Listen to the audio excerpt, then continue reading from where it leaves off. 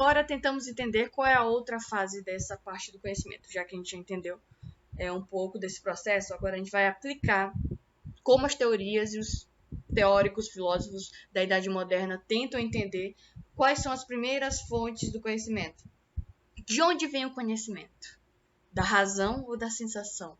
É uma questão bem profunda, não é uma questão simplesmente de tipo, de onde vem o conhecimento? Ah, vem do professor que está me dando aula, não. É uma questão muito mais profunda que isso.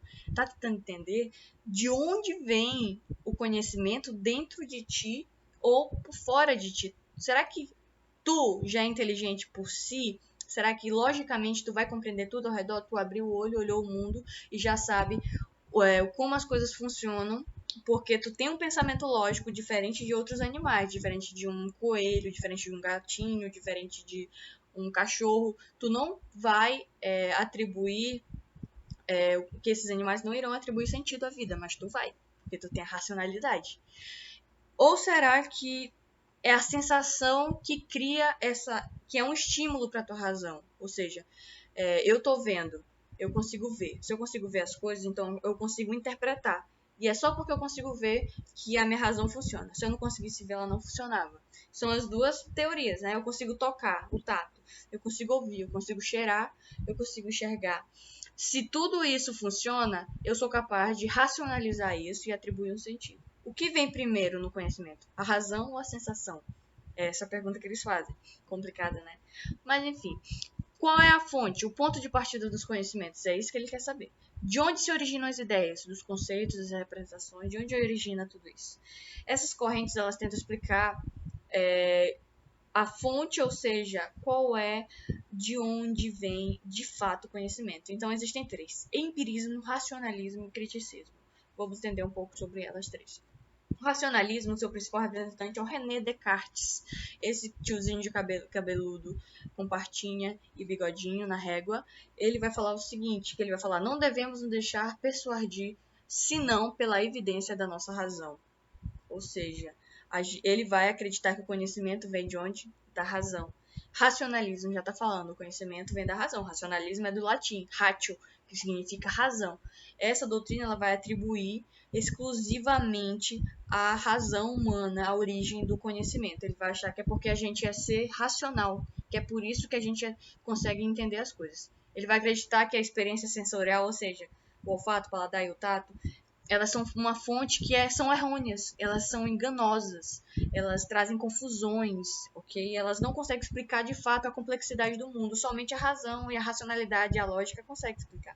Então não adianta eu enxergar, eu ouvir, eu escutar. Se a minha racionalidade não funcionar, eu não vou conseguir interpretar nada, de acordo com o René Descartes. Então Descartes ele vai achar que a razão humana ela atinge o conhecimento verdadeiro.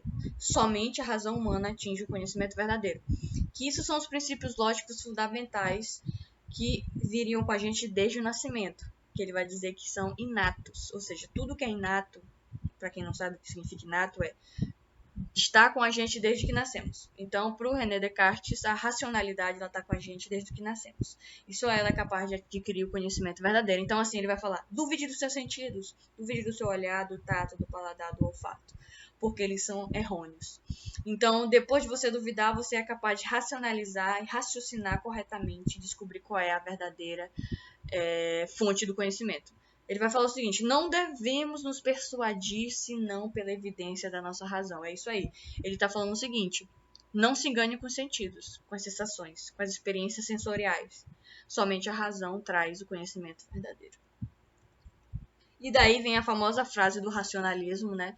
A famosa frase dita por ele que todos conhecem. Ele vai falar o seguinte: eu duvido, isso é certo. Se eu duvido é porque eu penso. Isso também é certo. Se penso, eu existo. É certo que eu existo porque penso. Ou seja, aí a gente tira aquela frase famosa dele: penso, logo existo. Já no empirismo, que é outra teoria que tenta descobrir qual é a fonte do conhecimento, eles não vão achar que a razão é a fonte do conhecimento. Porque empirismo em grego significa experiência, ok? Então, a fonte do conhecimento não vem das ideias, ela vem das experiências que nós temos durante a vida.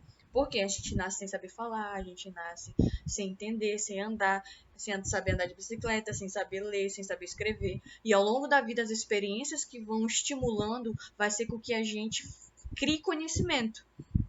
Faz sentido também. Então, um principal filósofo dessa corrente vai ser o inglês John Locke, que ele vai achar que as percepções sensoriais, a visão, a audição, o paladar, o olfato, o tato, são as verdadeiras fontes do conhecimento. Ou seja, não existe nada que a gente nasce junto. A gente não nasce junto com o conhecimento. O conhecimento, ele é vivido a partir das nossas experiências. A gente não nasce conhecendo tudo. Ok? Faz sentido? Faz. Então, ele acha que a mente humana é uma folha de papel em branco. A gente nasce bebês sem saber falar, sem nada, e ao longo do que as pessoas vão ensinando e colocando na nossa cabeça, quando a gente vai para a igreja, a gente recebe uma religião, a gente vai para a escola, recebe conhecimento dentro de casa, a gente recebe outro conhecimento na rua de casa, a gente recebe outro conhecimento, e isso vai criando experiências e as nossas percepções sensoriais vão gerando conhecimento. Então, a fonte primeira do conhecimento para os empiristas é a sensação. Primeiro você sente, depois você reflete e gera conhecimento, ok? E como é que funciona isso? Funciona dessa forma. A sensação leva para a mente as várias distintas percepções das coisas. Por isso, ela depende dos sentidos. A sensação depende totalmente dos sentidos, do olfato, do paladar, do tato, da visão e da audição. Depois que a gente sente algo, que eu enxergo algo, estou enxergando essa câmera para falar com vocês, o meu cérebro automaticamente vai refletir sobre isso e vai criar uma operação interna aqui na minha mente, as minhas engrenagens vão funcionar e nelas vai desenvolver as primeiras ideias fornecidas pelos sentidos, ok? Só depois de eu ver e experienciar, não tem aquela ideia de que a pessoa que é experiente, ela conhece mais? Justamente é uma ideia empirista, que a gente acha que quem viveu mais coisa é capaz de gerar mais conhecimento. O conhecimento, uma criança, ela não tem tanto conhecimento quanto um adulto. É isso que o empirismo vai achar. Uma criança é imatura, um adulto é maduro. Por isso que o empirismo tem a ver com a experiência. Quanto mais experiente que você é, mais sábio você é. Por último, vai ter um cara chamado Immanuel Kant que vai dizer nenhum nem outro. Eu acho que a gente pode utilizar um pouco dos dois para entender a fonte real do conhecimento. Ele vai achar que existe um meio termo. Ele vai falar assim, a fonte do conhecimento, o conhecimento ele começa na experiência. Mas a experiência sozinha não dá conhecimento. Por quê? Eu preciso da experiência, né, do mundo para eu sentir o que está acontecendo, mas somente com a razão eu posso interpretar esse mundo. Então ele pega um pouco das duas teorias e une elas. Então ele acha que a experiência que fornece a matéria-prima para o conhecimento, mas sozinha ela não gera conhecimento. Precisa da razão. Então a razão e a experiência dependem uma das outras, de acordo com a teoria do Immanuel Kant, que é um filósofo alemão da cidade de Königsberg, professor universitário e tudo mais. Isso significa que o sujeito acaba sendo o centro do processo do conhecer e não o objeto. Isso tira o peso do objeto do centro do conhecer, porque é a gente que é ativo. Então essa teoria do criticismo, também chamada de a priorismo, do Immanuel Kant, fala sobre isso. Então ele vai falar a famosa frase: a simples consciência, mas empiricamente determinada, da minha própria existência, prova a existência dos objetos no espaço fora de mim. Então, a simples consciência, ou seja, a minha racionalidade, mas que só funciona porque existe o mundo ao meu redor, a minha racionalidade só funciona porque existe o mundo ao meu redor. E o mundo ao meu redor só faz sentido porque a minha racionalidade funciona. Então, a minha própria existência e a existência dos objetos são provadas pela minha consciência, ok? Para Immanuel Kant é assim que funciona. Então, basicamente, o que a gente vai aprender sobre a teoria do conhecimento é isto, tá? Agora vamos ter uma pequena atividade para que vocês concluam e revisem o tema. Terão que fazer essa atividade de 1 a 6 agora, neste momento, ok? Depois que vocês terminarem de assistir esse vídeo, já pode começar a fazer a atividade.